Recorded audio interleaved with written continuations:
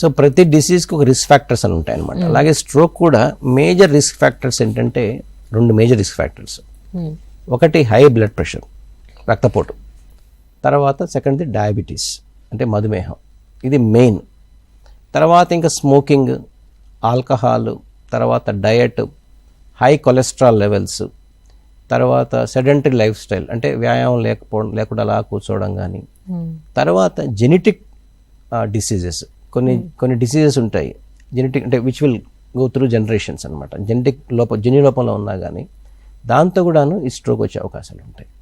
Main అంటే ఇవన్నీ చూస్తే మేజర్ కల్ప్రిట్స్ ఏంటంటే high blood pressure and diabetes. అంటే చాలామంది యాక్చువల్గా చాలా స్టడీస్ ఉన్నాయి, డయాబెటీస్ కన్నా హైపర్ టెన్షన్ అంటే blood pressure is known as silent killer. చాలా మందికి బ్లడ్ ప్రెషర్ ఉంటే కూడా తెలియదు.